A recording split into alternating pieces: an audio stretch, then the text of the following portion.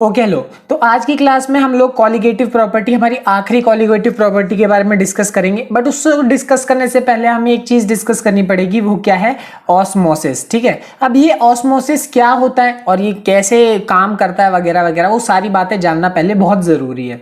ठीक है, अब ऑस्मोसिस से पहले भी हमें एक चीज समझनी है और उसको हम बोलते हैं डिफ्यूजन। अब इस डिफ्यूजन को समझना तुम्हारे लिए कोई बहुत बड़ी बात नहीं। एग्जाम्पल के तौर पर समझो, जैसे तुमने किसी इंक ड्रॉप को ऐसे पानी में डाला। अब इंक ड्रॉप को पानी में डाला, वो पूरे पूरे पानी में अपने आप फैल जाएगी। नहीं भी फैलेगी, तुम थोड़ा सा भी अगर हिला दोगे तो वो क्या हो जाएगा, पूरे रूम पूरे उसमें क्या नाम है, ग्लास में वो फैल जाएगा। ठीक है, या फिर और एग्जांपल ले सकते हो, तुम अपने रूम में अगरबत्ती जलाते हो या परफ्यूम छिड़कते हो तो उसकी खुशबू पूरे रूम में अपने आप फैल जाती है। सॉल्यूट के जो भी पार्टिकल्स हैं, सॉल्यूट मतलब इसमें देखो कम अमाउंट में जो है प्रेजेंट है, तो ये अपने आप ही पूरे पूरे रूम में पूरे पूरे उसमें आराम से घूम जा रहा है। तो ऐसा ट्रांसपोर्ट एक तरीके से कह सकते हो, पूरा का पूरा ट्रांसपोर्ट जो हो रहा है ना, पैसिव ट्रांसपोर्ट, जो अपने आप ही हो रहा है, जिसको कराने के लिए हमें ज्यादा कुछ मेहनत नहीं करनी पड़ रही। कहां से कहां मूव कर रहा है? हायर कंसेंट्रेशन से लोअर कंसेंट्रेशन की तरफ। देख सकते हो, जैसे मैंने ड्रॉप को यहां पे गिराया, उसका यहां पे कंसेंट्रेशन बहुत ज्यादा होगा, और जब वो फैल गया, तुम उसने नोटिस किया कि बाहर कंसेंट्रेशन कम है, तो वो क्या कर गया, फैल गया। तो ये चीज अपने आप होती है। अगरबत्ती को जला दो तो होता है, परफ्यूम लगा दो तो होता है, और क्या नाम है, ये वाला एग्जाम्पल तो है ही। तो ये अपने आप जो हो रहा है, इसको हम एक तरीके से क्या बोलेंगे, डिफ्यूजन बोलेंगे। ठीक है, ये नॉर्मल सी चीज है। अब ओस्मोसिस को समझने के लिए पहले डिफ्यूजन समझना जरूरी था। क्यों? बड़ी सिंपल सी चीज है। अब ओस्मोसिस क्या है, इसका बहुत अच्छा एग्जांपल मैं तुम्हें इस चीज से देता हूं। तुम लोगों ने कभी पानी में अगर बहुत देर तक रहे होगे तो तुम लोगों ने देखा होगा अपने तुम्हारा हाथ ऐसा हो जाता है। अब तुम्हारा हाथ ऐसा होने का जो रीजन है, वो प्राइम रीजन ये है कि देखो, जो तुम्हारे हाथ के अंदर भी पानी प्रेजेंट है, तुम लोग को पता है तुम्हारे हाथ के अंदर वाटर प्रेजेंट होता है। तो वाटर क्या होता है, वो क्या करता है, बाहर निकल जाता है। बाहर निकल जाता है जब तुम पानी के अंदर बैठे हो, स्विमिंग पूल में या किसी भी चीज में, तो वाटर बाहर निकल जाता है। अब इसमें और इसमें फर्क क्या है, तुम खुद नोटिस करो। जो वाटर है वो बाहर गया, क्या ब्लड बाहर गया? क्या ब्लड बाहर गया? गया कि गया? नहीं गया, बिल्कुल भी नहीं गया। तो तुम नोटिस करोगे यहां पे सिर्फ वाटर मूव कर रहा है, सिर्फ और सिर्फ वाटर। बट यहां के केस में क्या मूव कर रहा है, ये जो क्या नाम है, हमारे पास पार्टिकल्स हैं डाई के, वो भी मूव कर रहे हैं और वाटर भी मूव कर रहा है। तो वाटर भी मूव कर रहा है और इंक भी मूव कर रही है, दोनों चीजें। तो कहने का मतलब क्या है, फर्क क्या है कि डिफ्यूजन एक ऐसी चीज है जहां पे सॉल्यूट और सॉल्वेंट दोनों चीजें मूव करते हैं। बट ओस्मोसिस एक ऐसी चीज है जहां पे सिर्फ और सिर्फ क्या मूव करता है, सॉल्वेंट मूव करता है, या फिर वाटर कह सकते हो, वाटर मूव करता है। खून नहीं गया ना बाहर, सिर्फ पानी गया। तो सिर्फ अगर सॉल्वेंट यानी पानी मोस्ट ऑफ द केस में जो होता है, अगर वो मूव करे तो उसको हम क्या बोलते हैं, ऑस्मोसिस बोलते हैं। और जो कि कहां से कहां मूव करेगा, लोअर कंसेंट्रेशन से हायर कंसेंट्रेशन। जहां पे सॉल्वेंट की ज्यादा जरूरत होगी उसको हम क्या बोलेंगे, एक तरीके से वहां पे वो क्या कर जाएगा, मूव कर जाएगा। और यही हमारे पास क्या है, ऑस्मोसिस है। सिंपल सी बात। इसको हम ये भी बोल सकते हैं डिफ्यूजन ऑफ सॉल्वेंट। सॉल्वेंट एक तरीके से मूव करेगा, कभी भी सॉल्यूट मूव नहीं करेगा। ठीक है, हमने बीच में एक मेम्ब्रेन लगा दी और ये तब मूव करेगा। सोचो, यहां से यहां हमने कभी सोचा नहीं होगा कि ऐसे कभी मूव कर जाए, बट वो मूव कर सकता है अगर हम बीच में क्या लगा दें, एक मेम्ब्रेन लगा दें। यही चीज तुम्हारे दिमाग में होगी, हमारे शरीर में इतना कम पानी होता है बट स्विमिंग पूल में ज्यादा पानी होता है, बट फिर भी हमारा पानी स्विमिंग पूल को पानी दे रहा है, ये तो अलग बात है। वो इसलिए क्योंकि कंसेंट्रेशन, जहां पे कंसेंट्रेशन ज्यादा होगी हमेशा जो पानी है वो वहीं पे मूव कर जाएगा, और जहां कंसेंट्रेशन कम होगी वहां पे नहीं मूव करेगा। तो लो से हाई कंसेंट्रेशन, यहां देख सकते हो यहां पे कंसेंट्रेशन कम है और यहां पे कंसेंट्रेशन ज्यादा है, तो वो क्या कर गया, लो कंसेंट्रेशन से हाई कंसेंट्रेशन की तरफ मूव कर गया, जहां पे पानी की एक्चुअल में जरूरत है। ये है ऑस्मोसिस। तो बेसिक सा डिफरेंस है। तो डिफ्यूजन और ऑस्मोसिस को समझने के लिए हमारे पास सिंपल यही कि डिफ्यूजन भी एक्चुअल में क्या करता है, कंसेंट्रेशन बराबर करने की ही कोशिश करता है, और ऑस्मोसिस भी कंसेंट्रेशन बराबर करने की ही कोशिश करता है। बस फर्क यही है कि यहां पे सिर्फ और सिर्फ सॉल्वेंट पार्टिकल्स मूव करते हैं और यहां पे सॉल्वेंट और सॉल्यूट दोनों ही पार्टिकल्स मूव कर सकते हैं डिफ्यूजन के केस में, और ऑस्मोसिस के केस में सिर्फ सॉल्वेंट पार्टिकल मूव करता है। और यहां पे एक तुम वही एग्जांपल के तौर पे देख सकते हो कि हायर कंसेंट्रेशन से लोअर कंसेंट्रेशन की तरफ मूव कर गए, बट यहां प्लाज्मा मेम्ब्रेन में ऐसा नहीं हो सकता कि सॉल्यूट पार्टिकल्स कभी मूव कर जाए, क्योंकि बीच में मेम्ब्रेन लगी हुई है कि नहीं। इसको ऐसे भी समझ सकते हो, चाय छन्नी जो होती है ना, छन्नी जो होती है, वो मेम्ब्रेन का क्या मतलब है, यहाँ प्लाज्मा मेम्ब्रेन का क्या मतलब है।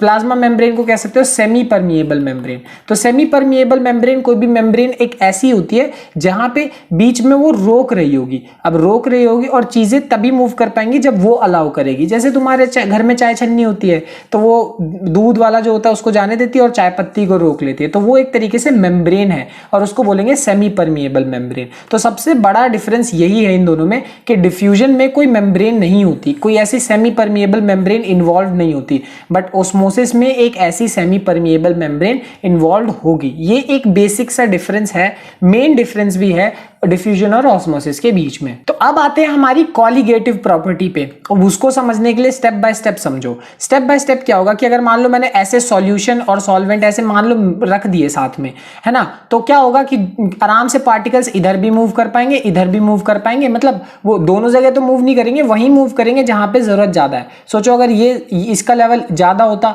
तो वो इधर से इधर मूव कर जाते, अगर इसका लेवल ज्यादा होता तो वो इधर से इधर मूव कर जाते, कहीं से भी कहीं मूव करेंगे, जिसका लेवल ज्यादा होगा वो मूव कर जाएगा। ये नॉर्मल सी चीज है। अब यहाँ पे इस चीज को हम बोलेंगे डिफ्यूजन, ये नॉर्मल है क्योंकि इसको रोकने टोकने वाला कोई है ही नहीं, तो ये डिफ्यूजन है। बट जैसे अगर मान लो मैं बीच में एक सेमी परमिएबल मेम्ब्रेन लगा दूं, एक सेमी परमिएबल मेम्ब्रेन जो कि सिर्फ और सिर्फ सॉल्वेंट पार्टिकल्स को जाने देगी, सॉल्यूट पार्टिकल्स को नहीं जाने देगी, तो ऐसे केस में जब सेमी परमिएबल मेम्ब्रेन लगा दिया तो ये क्या हो गया, ऑस्मोसिस हो गया। समझ में आ गई, सिंपल और बेसिक सा डिफरेंस है। अब यहाँ पे हमारे पास अगर इन चीजों को सोचो कि अब यहाँ पे ऑस्मोसिस हो रहा है, सॉल्वेंट के पार्टिकल्स मूव कर रहे हैं, यहां से यहां मूव कर रहे हैं, मान लो यहां से यहां सॉल्वेंट के पार्टिकल्स इधर से इधर मूव कर रहे हैं सॉल्यूशन की तरफ, ठीक। अब मान लो तुम ये जो मूवमेंट हो रही है, ऑस्मोसिस जो हो रहा है, इसको रोकना चाहते हो, तुम चाहते हो कि ये रुक जाए, ठीक है। तो इसको रोकने के लिए तुम्हें किसी तरीके से यहां पे प्रेशर लगाना पड़ेगा। क्या लगाना पड़ेगा, ऐसे यहां इस जगह पे ऐसे प्रेशर लगाना पड़ेगा। अब प्रेशर जैसे ही तुम लगाओगे, जितना प्रेशर लगाना पड़ेगा, ये जो पार्टिकल्स हैं इधर से इधर की तरफ मूव कर रहे हैं उनको रोकने के लिए, तो जैसे ही तुमने लगा दिया, वही है हमारी नेक्स्ट कॉलिगेटिव प्रॉपर्टी, और उसको हम डिनोट करते हैं पाई से। थोड़ा डिफरेंट पाई है बट कोई बात नहीं, पाई से डिनोट करते हैं और इसको हम बोलते हैं ऑस्मोटिक प्रेशर। ऑस्मोटिक प्रेशर, ध्यान से सुनो मैंने क्या बोला, एक बार फिर से सुन लो कि हुआ क्या कि सॉल्वेंट के पार्टिकल्स इधर से इधर मूव करने की कोशिश करेंगे। जो मिनिमम प्रेशर तुम्हें चाहिए होगा इसको इधर से इधर जाने से रोकने के लिए, उसी को हम क्या बोलते हैं, ऑस्मोटिक प्रेशर। तुमने ताकत लगाई ताकि ये पार्टिकल्स इधर से इधर ना मूव कर पाए, ना मूव कर पाए, वही क्या है, ऑस्मोटिक प्रेशर है। समझ में आ गई बात। तो ऑस्मोटिक प्रेशर को हम ऐसे डिफाइन कर सकते हैं, मिनिमम प्रेशर, मिनिमम जो सबसे कम प्रेशर तुम्हें लगाना पड़ेगा। और ये जो ऑस्मोटिक प्रेशर है ये बहुत ही बढ़िया चीज है। ये मतलब समझ लो, सबसे पहली बात तो तुम्हें ऑस्मोटिक प्रेशर समझ में आना चाहिए कि हम क्या कर रहे हैं, एक तरीके से सॉल्वेंट को मूव करने से रोक रहे हैं, तो हमें जो मिनिमम प्रेशर चाहिए होगा उसको हम बोलेंगे ऑस्मोटिक प्रेशर। अब एक्चुअल में ये जितने भी हमने कॉलिगेटिव प्रॉपर्टीज पढ़ी उनमें सबसे बढ़िया कॉलिगेटिव प्रॉपर्टीज कौन सी है, यही है, कौन सी, ऑस्मोटिक प्रेशर। तो अब ये बढ़िया क्यों है बाकियों से, ये चीज देखने के लिए तो पहले तुम लोग को पूरा का पूरा एक्सप्रेशन देखना पड़ेगा। पहले एक्सप्रेशन देखते हैं फिर ये क्यों काम का ये देखते हैं। तो अब फटाफट ऑस्मोटिक प्रेशर का एक्सप्रेशन भी देख लेते हैं कि ऑस्मोटिक प्रेशर का जो इक्वेशन आएगा, हम लोग को पता है कि हम कॉलिगेटिव प्रॉपर्टीज कर रहे हैं तो हमें एक इक्वेशन तो चाहिए ही चाहिए, तो वही वाली बात है, एक्सप्रेशन देख लेते हैं। अब ऑस्मोटिक प्रेशर को हम शो करते हैं किससे, पाई से, ठीक है। एक्चुअल में थोड़ा डिफरेंट तरीके का पाई होता है बट मैं ऐसे ही बना देता हूं ताकि समझ में अच्छा है। अब ऑस्मोटिक प्रेशर जो होता है वो दो बातों पर डिपेंड करता है। पहली चीज हमारे पास क्या है, वो डिपेंड करता है कंसेंट्रेशन पे। किस पे डिपेंड करता है, कंसेंट्रेशन पे। यहाँ पे सी को मैं कंसेंट्रेशन बोल रहा हूँ बट टेंशन मत लो, इस कंसेंट्रेशन से तुम बहुत अच्छे से वाकिफ हो, कैसे वो अभी मैं बताता हूँ। और दूसरी बात जिस पे वो डिपेंड करता है वो क्या है, टेम्परेचर, डायरेक्टली प्रोपोर्शनल होता है टेम्परेचर के, यानी कंसेंट्रेशन जितना ज्यादा होगा तुम्हें उतना ही ज्यादा प्रेशर भी लगाना पड़ेगा। खुद सोचो, अगर मान लो तुम्हारे पास पानी है तो तुम्हें कम प्रेशर लगाना पड़ेगा, बट वही अगर हनी हुआ तो हनी के केस में ज्यादा प्रेशर लगाना पड़ेगा। क्यों, क्योंकि हनी के केस में कंसेंट्रेशन वो थिक होता है तो कंसेंट्रेशन ज्यादा है। दूसरी चीज है टेम्परेचर, अगर टेम्परेचर ज्यादा हुआ तो लिक्विड एकदम उबाले मारता है तो उसको ऊपर प्रेशर लगाना मुश्किल होगा, सिंपल सी बात है। तो जितना ज्यादा टेम्परेचर होगा उतना ज्यादा ही तुम्हें प्रेशर भी लगाना पड़ेगा। इन दो बातों पर वो डिपेंड करता है। इनको कंबाइन करते हैं तो ये क्या आएगा मेरे पास, C इंटू टी, ठीक। प्रोपोर्शनलिटी का साइन हटेगा तो यहाँ पे क्या आ जाएगा, हमारे पास R आ जाएगा, और यहाँ पे क्या है, R क्या है, कांस्टेंट है और कुछ भी नहीं, सिंपल एक कांस्टेंट, ठीक है। तो यहाँ पे R क्या है, R जो है हमारे पास उसको हम बोलते हैं गैस कांस्टेंट, ठीक है। तो गैस कांस्टेंट के बारे में मैंने लास्ट क्लास में हल्का सा डिस्कशन तो किया ही था कि गैस कांस्टेंट क्या होता है। यहाँ पे जो R है वो भी क्या है, गैस कांस्टेंट ही है। गैस कांस्टेंट मैं तुम्हें फिर से एक बार एक्सप्लेन कर देता हूँ। जब हम गैस के पर्सपेक्टिव में बात करते हैं तो वहां पे हर गैस का खुद का एक कांस्टेंट होता है, एक टेम्परेचर प्रेशर पे, और इसकी वैल्यू तुम्हें गिवन होगी, इसकी टेंशन मत लो, ये सिंपली एक कांस्टेंट, एक नंबर है और कुछ नहीं। तो यहाँ पे ये इक्वेशन तुम्हें इस फॉर्म से ज्यादा ना इस फॉर्म में देखने को मिलेगी, CRT, है ना, तो इसी फॉर्म में लिख दो। ऐसा कोई जरूरी नहीं है कि RCT और CRT में कोई फर्क है, बात वही है। अब खैर एक एक करके सारी चीजों को प्लेस करते हैं। मान लो हमारे पास, जैसा कि मैंने तुम्हें बताया, कंसेंट्रेशन क्या है, तो कंसेंट्रेशन कुछ भी नहीं है एक्चुअल में, अगर मैं बोलूं तो C क्या है, मोलैरिटी ही है, मोलैरिटी। अब देखो ये बोलने में तुम्हें अजीब लगेगा कि मोलैरिटी कैसे है, तो बट एक्चुअल में मोलैरिटी है। इसको C से ही डिनोट करते हैं, किस केस में, जब हम ऑस्मोटिक प्रेशर के बारे में बात करते हैं, बट ये और कुछ नहीं है, मोलैरिटी है। मोलैरिटी का क्या मतलब है, मोलैरिटी का फॉर्मूला होता है नंबर ऑफ मोल्स अपॉन में वॉल्यूम ऑफ द सोल्यूशन, यही फॉर्मूला होता है, वही फॉर्मूला होता है और कुछ नहीं। ये C क्या है और कुछ नहीं है, C/V है, मोलैरिटी है, और सिंपल सी चीज, तो इसकी जगह ये प्लेस कर दिया इंटू R इंटू T। अब ये एक बार V मल्टीप्लाई में चला जाएगा तो क्या आ जाएगा, pi V is equals to NRT, और ये T सॉरी कैपिटल T लिखेंगे यहाँ पे, है ना। तो ये जो इक्वेशन आई है ना, ये बड़ी काम की इक्वेशन है, बहुत ज्यादा काम की इक्वेशन है, ठीक है। अब इस इक्वेशन में एक एक चीज तुम्हें पता होनी चाहिए कि कौन सी चीज क्या है, ठीक है ना। सारी की सारी चीज एक एक करके डिनोट पता होनी चाहिए कि ये टेम्परेचर है, ये गैस कांस्टेंट है, ये number of moles of solute है, जो भी तुम सॉल्यूट मिक्स करते हो उसका नंबर ऑफ मोल्स है, और V क्या है, वॉल्यूम ऑफ द सोल्यूशन है। तो सारी चीजों का डिनोशन यहाँ पे है। किसी भी फॉर्मूले को ऐसे धड़ल्ले से बस पता नहीं, मतलब पता होना चाहिए, बट उसके अंदर जो चीजें लिखी है उसका मतलब क्या है वो पता होना ज्यादा जरूरी है। C मोलैरिटी है, T टेम्परेचर है, R गैस कांस्टेंट है, N क्या है, number of moles of solute है, सॉल्यूट के number of moles, V volume of the solution in litres. ये मोलैरिटी का फॉर्मूला ही होता है। तो ये चीज और ये चीज तो तुम्हें इन जनरल भी पता होगी, और ये सारी मेहनत हमने करी किसके लिए, पाई के लिए, पाई मतलब ऑस्मोटिक प्रेशर के लिए, ठीक है। अब इसका एक छोटा सा न्यूमेरिकल देख लेंगे ताकि तुम्हें समझ में आ जाए कि ये हमने क्यों किया इतना, मतलब है तो एट द एंड ये भी एक कॉलिगेटिव प्रॉपर्टी ही। ऑस्मोटिक प्रेशर के क्वेश्चन करने हैं, अगर इसके क्वेश्चन करने हैं तो तुम्हें एक छोटी सी चीज समझनी है, और वो क्या है, यूनिट्स। बस यूनिट समझ लो तो इसके क्वेश्चन भी उतने ही इजी हैं जितने पिछले कॉलिगेटिव प्रॉपर्टीज जो हमने तीनों पढ़ी उतने ही बिल्कुल इजी हैं। जैसे पाई, अब पाई क्या है, प्रेशर है, ऑस्मोटिक प्रेशर, तो प्रेशर तुम्हें बार में भी दे सकता है, एटमॉस्फेयर में भी दे सकता है, दोनों में दे सकता है। V वॉल्यूम है, वॉल्यूम तुम्हें लीटर्स में देगा, N नंबर ऑफ मोल्स है, तुम्हें मोल्स में दिया जाएगा। R, अब यही सबसे इंपॉर्टेंट बात है, R की जो वैल्यू है, मैंने जैसा कि बताया ये कांस्टेंट है, तो इसकी दो वैल्यूज हो सकती हैं, 0.0821 और 0.083। अब तुम बोलोगे इसमें और इसमें तो ज्यादा कुछ फर्क है नहीं, तुम्हारे पर्सपेक्टिव में ना इसमें और इसमें बिल्कुल भी फर्क नहीं है, और मैं मानता भी हूं, देखो ज्यादा फर्क नहीं है, यहाँ 082 है, यहाँ 083 है, इतना तो हम नेग्लेक्ट कर देते हैं, बट एक्चुअल में मैं तुम्हें यहाँ पे एडवाइस करूंगा और यही करना भी। अगर क्वेश्चन में जैसे कि एग्जांपल के तौर पे यहाँ ऑस्मोटिक प्रेशर तुम्हें दे रखा है, किसमें, बार में दे रखा है, तो इस क्वेश्चन में जैसे तुम्हें ऑस्मोटिक प्रेशर बार में दे रखा है, तो तुम्हें ये वाली यूनिट यूज करनी है 0.083, और अगर तुम्हें एटमॉस्फेयर में देगा तो तुम्हें ये वाली यूनिट यूज करनी है। ऐसा मैं इसलिए बोल रहा हूं क्योंकि देखो एक्चुअल में होता क्या है कि जो एक बार होता है ना, वो एक एटमॉस्फेयर के बराबर नहीं होता। हमें लगता है कि वो पूरे एक एटमॉस्फेयर के बराबर होता है, 1 बार 1 एटमॉस्फेयर, नहीं, ऐसा नहीं है। वो अप्रोक्सीमेटली 0.98 एटमॉस्फेयर के बराबर होता है, अप्रोक्सीमेटली। तो इस छोटे से मार्जिन की वजह से ये छोटा सा डिफरेंस आता है, इसी वजह से तुम्हें क्वेश्चन के हिसाब से यूनिट यूज करनी है। अगर तुम्हें वैसे तो देखो सही बोलूं तो यूनिट का जो वैल्यू है ना, वो ब्रैकेट में वो भी देगा, बट मैं तुम्हें चाहता हूं क्या पता कभी ना दे, तो तुम्हें अपने हिसाब से प्रिपेयर्ड रहना पड़ेगा। अगर एटमॉस्फेयर दिया तो 0.0821 और बार दिया तो 0.083, ठीक है। फाइनली मेरे पास टेम्परेचर है, टेम्परेचर तुम्हें दिया जाएगा केल्विन में, और अगर नहीं दिया है केल्विन में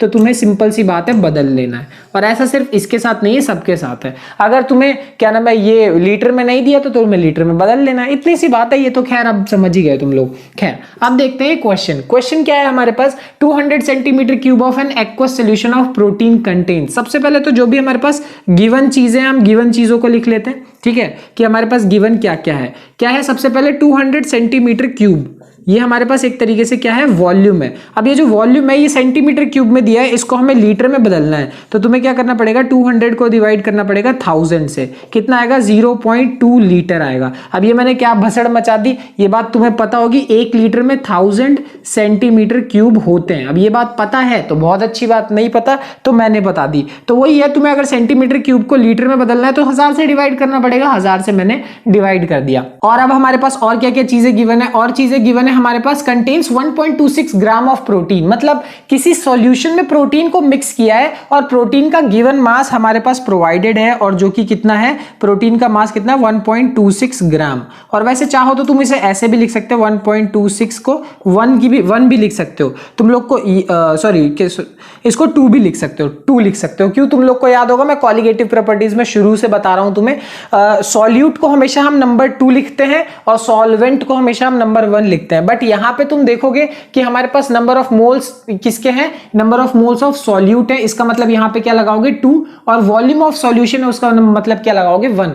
तो ये चीज हम शुरू से करते आ रहे हैं, तो यहां पे भी वही कर लेते हैं ताकि कंफ्यूजन से बच पाए। फिर से 2 का मतलब है सॉल्यूट और हमारे पास 1 का मतलब है सॉल्वेंट। ये हम और पूरे के पूरे कॉलिगेटिव प्रॉपर्टीज, चौथी है आखिरी है और इसमें भी हम यही चीज इस्तेमाल कर रहे हैं। तो 1.26 ग्राम्स दिया हुआ, गिवन मास हमें प्रोवाइडेड है, ठीक है।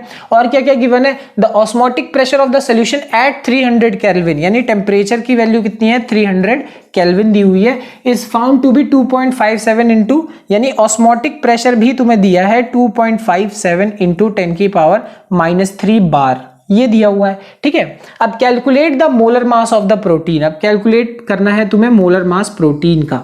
तो प्रोटीन का मोलर मास कैलकुलेट करने के लिए तुम बड़ी ही सिंपल सा फॉर्मूला अपनाओगे, और वो क्या है, ऑस्मोटिक प्रेशर का फॉर्मूला। ये जो हमारे पास फॉर्मूला, इसी फॉर्मूला को यूज करते हैं। तो देखो pi V1 is equals to N2 into RT। Pi का मतलब है ऑस्मोटिक प्रेशर 2.57 इंटू 10⁻³ ठीक है। वॉल्यूम की वैल्यू कितनी है हमारे पास 0.2 litre into 0.2 is equals to number of moles of solute. तो सॉल्यूट का गिवन मास तो हमारे पास प्रेजेंट है, तो नंबर ऑफ मोल्स का फॉर्मूला क्या होता है, गिवन मास अपॉन में मोलर मास। गिवन मास कितना है 1.26, और मोलर मास भी तुम्हें क्वेश्चन में गिवन होगा, नहीं गिवन क्वेश्चन में दिया होता है। ऐसा नहीं होगा कि तुम्हें सिर्फ प्रोटीन बोल दे और मोलर मास ना दे, ऐसा नहीं है। तो ये यहाँ पे मेरी गलती है, करेक्शन कर देता हूं मैं इसे। हाँ, तो गिवन मास हमारे पास क्या है 1.26, और नीचे आएगा क्या मोलर मास। तो यहाँ पे अगर तुम नोटिस करोगे तो मोलर मास तो गिवन ही नहीं है, और एक्चुअल में हमें क्या करना है, निकालना ही है। क्या निकालना है, मोलर मास ही निकालना है। क्वेश्चन में देखो ना लिखा है तो calculate the molar mass of the protein, तो वही चीज तुम्हें निकालनी है। आगे देखो आर की वैल्यू, अब जैसे कि मैंने तुम्हें बताया बार लिखा है तो हम बार वाला यूज करेंगे, मतलब क्या 0.083 ठीक है। और फाइनली हमें मल्टीप्लाई करना है किससे, टेम्परेचर, और टेम्परेचर की वैल्यू कितनी है 300, और केल्विन में ही दी है तो हमारे लिए अच्छी बात है। अब अगर हमें M2 निकालना है तो हमें इसके लिए क्या करना पड़ेगा, 1.26 इंटू 0.083 इंटू 300 अपॉन में यहाँ पे क्या आ जाएगा 2.57 इंटू 10⁻³ इंटू 0.2। हाँ, अब यहाँ से है कैलकुलेशन, और सही बोलूँ ये उतनी मुश्किल भी कैलकुलेशन नहीं है, ठीक है। तो बस कैलकुलेशन बचता है, उसके बाद तुम्हारे पास मोलर मास आ जाएगा, जो कि इतनी भसड़ कैलकुलेशन के बाद तुम्हारे पास आंसर आ गया 61039 ग्राम पर मोल। अब तुम बोलोगे इतना ज्यादा ग्राम मोलर मास होता है, हाँ बिल्कुल होता है। प्रोटीन काफी बड़ी चेन अगर हो सकती है तो उसका मास ऐसा हो सकता है। खैर वो मतलब नहीं है, तुम्हें यहाँ पे बहुत सारी बात सीखने को मिल गई।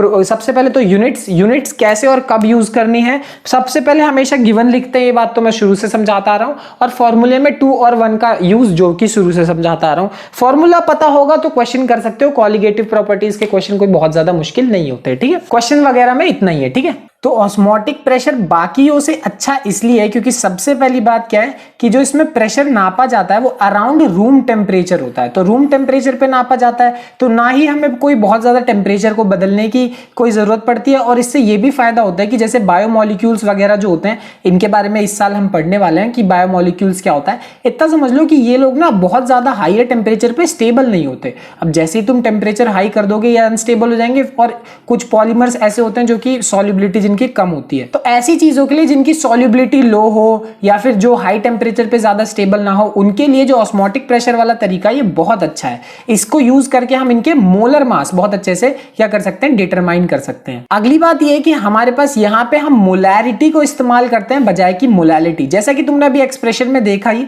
कि हम यूज करते हैं मोलैरिटी का, C का, इसका मतलब नंबर ऑफ मोल्स अपॉन में वॉल्यूम, ये तरीका यूज करते हैं। और इसको यूज करना ना मोलैलिटी से ज्यादा इजी पड़ता है। हाँ, और वही है कि मोलैरिटी से अच्छी होती है तब जब हम रूम टेम्परेचर की बात करें, तो रूम टेम्परेचर की ही बात कर रहे हैं और यहाँ पे पक्का यही ज्यादा बढ़िया है, तो इसीलिए ये जो मेथड है ना ऑस्मोटिक प्रेशर, ये ज्यादा काम का है, ठीक है ना। अगली बात ये है कि its magnitude is large even for dilute solutions. अभी तक तुमने जितने भी कॉलिगेटिव प्रॉपर्टीज देखी सबकी वैल्यू कितनी आ रही थी 0.40, 0.08। अब देख रहे हो ये वैल्यूज कितनी छोटी छोटी थी। अब इतनी छोटी वैल्यूज को नापने में भी बहुत ज्यादा मेहनत लगती है। वही अगर एक अच्छी खासी बड़ी वैल्यू होगी तो उसको नापना क्या होता है, ज्यादा इजी होता है। मैं तुमसे बोल दूं कि 2 मिलीमीटर डिस्टेंस नापो, तुम्हारे लिए ये ज्यादा आसान है कि 10 सेंटीमीटर का डिस्टेंस नापना आसान है? 10 सेंटीमीटर को नापना ज्यादा आसान है कि नहीं? तो वही चीज है, यहाँ पे इसका मैग्नीट्यूड अच्छा होता है इसीलिए इसको नापना क्या हो जाता है, आसान हो जाता है, ठीक है। तो ये सारे रीजंस की वजह से ऑस्मोटिक प्रेशर बहुत ही काम की चीज है, बहुत ही बढ़िया चीज है। तो फाइनली हम लोग कुछ सोल्यूशंस देख लेते हैं जिसमें ऑस्मोसिस का बहुत बड़ा रोल होता है। जैसे सबसे पहले हमारे पास आइसोटोनिक सॉल्यूशन।